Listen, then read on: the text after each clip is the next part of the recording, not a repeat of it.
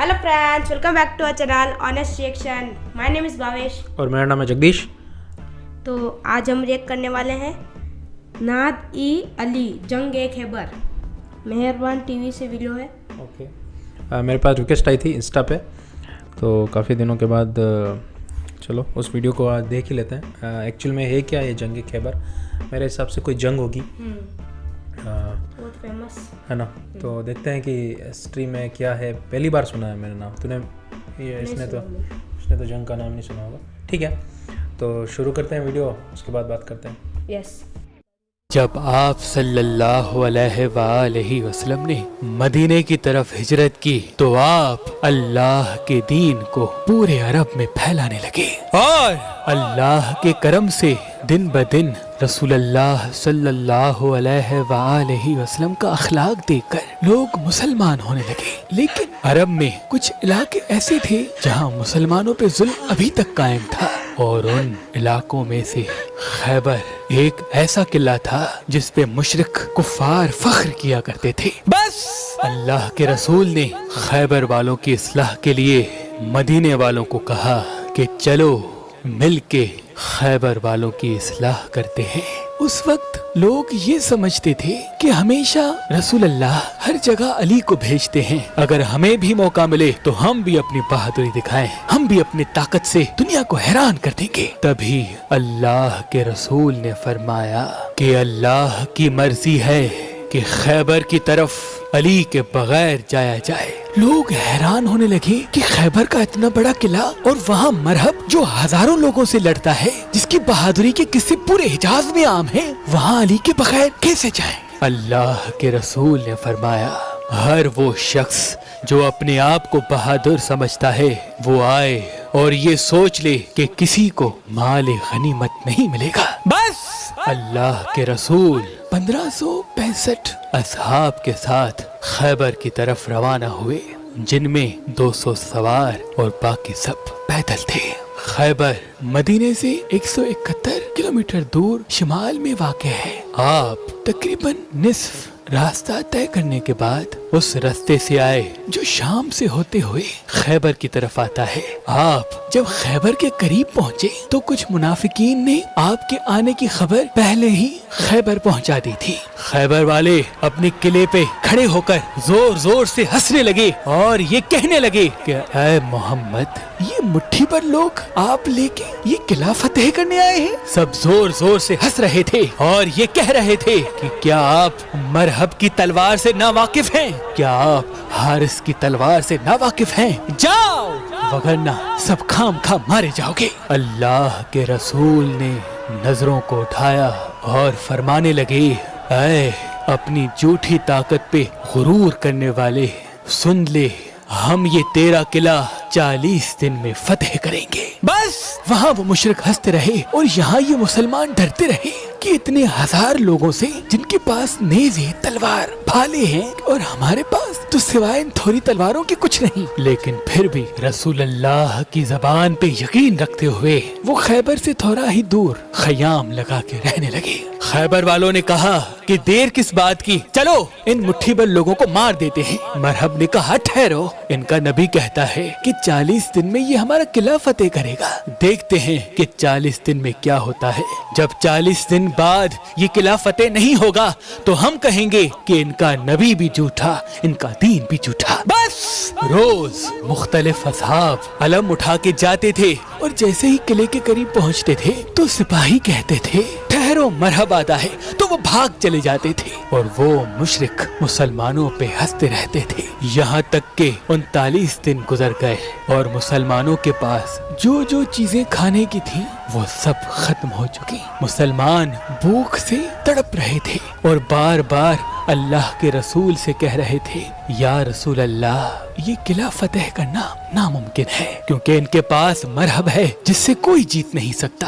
अल्लाह के रसूल ने फरमाया, कल 40वां दिन है और कल मैं अलम उसको दूंगा जो कर्रार होगा, गैर फर्रार होगा और उसके हाथों में अल्लाह की ताकत होगी और वो ये किला फतेह करेगा और मरहब को 2 टुकड़ों में तकसीम कर देगा।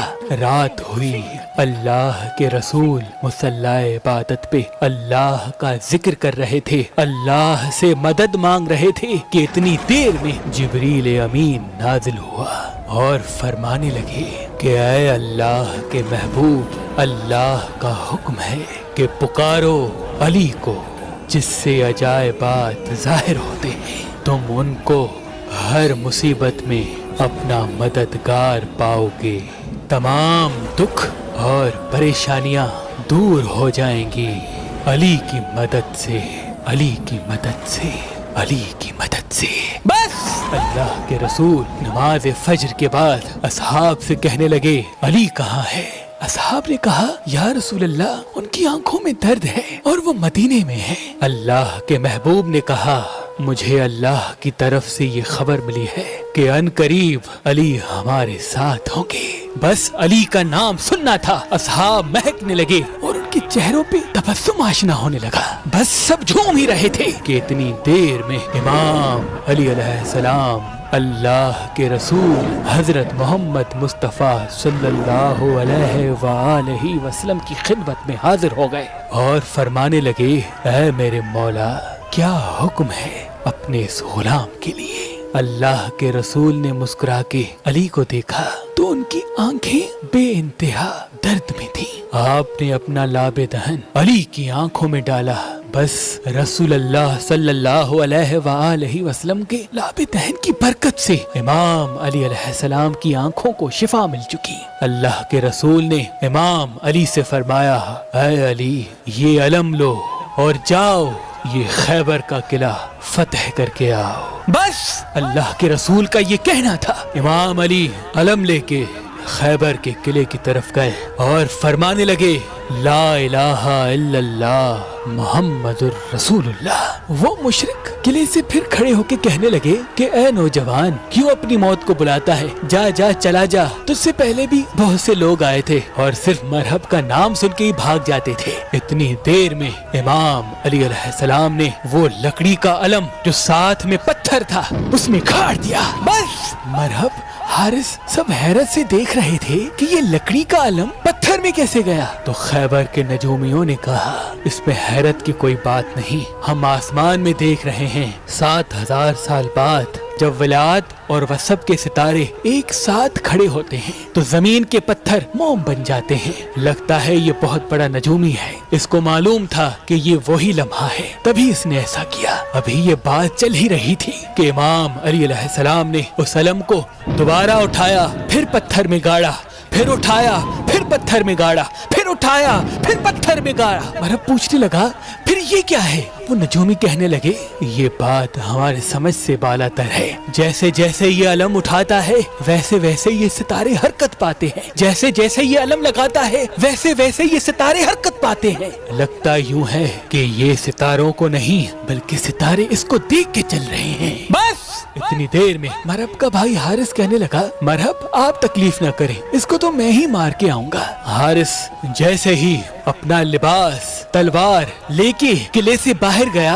और कहने लगा, मैं हारिस हूँ, अगर भागना चाहते हो तो भाग जाओ। इमाम अली ने फरमाया, ऐ शख्स, ना हम भागने आए हैं ना हम किसी को कत्ल करने आए हैं, हम तो सिर्फ ये चाहते हैं कि तुम अपनी इस्लाह करो, अल्लाह के दीन को कबूल करो, दुनिया व आखिरत में सुरखरू रहो। इतनी देर में हारिस ने जैसे ही वार किया, इमाम अली अलैहिस्सलाम ने उस वार को रोका और एक ही वार में हारिस को फिन्नार कर दिया। मुसलमान अल्लाह अकबर कहने लगे और मुशरिक सर पीटने लगे। ये मंजर जब मरहब ने देखा तो उसे और भी गुस्सा आया। उसने कहा, मेरी तलवार ला, इस मुसलमानों की मौत मेरे हाथों लिखी है। बस تلوار لے کے خیبر کے قلعے کے باہر آیا اور جھوم جھوم کے کہنے لگا زمین خیبر کو معلوم ہونا چاہیے کہ آج اس کے سینے پہ مرحب آیا ہے. کبھی نہ مرنے والا میری ماں نے میرا نام مرحب رکھا جس سے موت بھی ڈرتی ہے.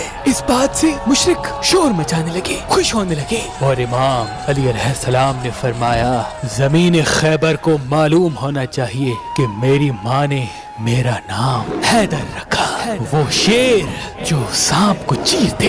یہ سن کے مرحب کچھ سوچنے لگا کہ میری ماں جو ہمارے قلعے کی سب سے بڑی نجومی تھی, اس نے مجھے کہا تھا کہ تجھے جو انسان مارے گا اس کا نام حیدر ہوگا, سب سے لڑنا, لیکن جس کا نام حیدر ہو اس سے نہ لڑنا. یہ سوچ ہی رہا تھا کہ قلعے سے آوازیں آنے لگیں مرحب اسے مار دو, مرحب اسے مار دو. مرحب نے اپنی تلوار کو نیام سے نکالا اور امام علی نے فرمایا ہم یہاں لڑنے نہیں بلکہ تمہاری اصلاح کرنے کے لیے آئے ہیں. مرحب نے کہا ڈرتے ہو, اگر مرد ہو تو لڑو, اور وار کرنا شروع کر دیا. پہلا وار کیا, امام علی علیہ السلام نے روک لیا. دوسرا وار کیا, امام علی علیہ السلام نے روک لیا. تیسرا وار کیا, امام علی علیہ السلام نے روک کے پلٹ کے جب وار کیا تو وہ وار مرحب کے سر سے لے کے پاؤں تک رکا. سارے مشرک دیکھ رہے ہیں کہ وار لگا کہ چوک گیا. اتنی دیر میں مرحب کا سیدھا حصہ سیدھی طرف جا گرا اور الٹا حصہ الٹی طرف جا گرا. بس مسلمان اللہ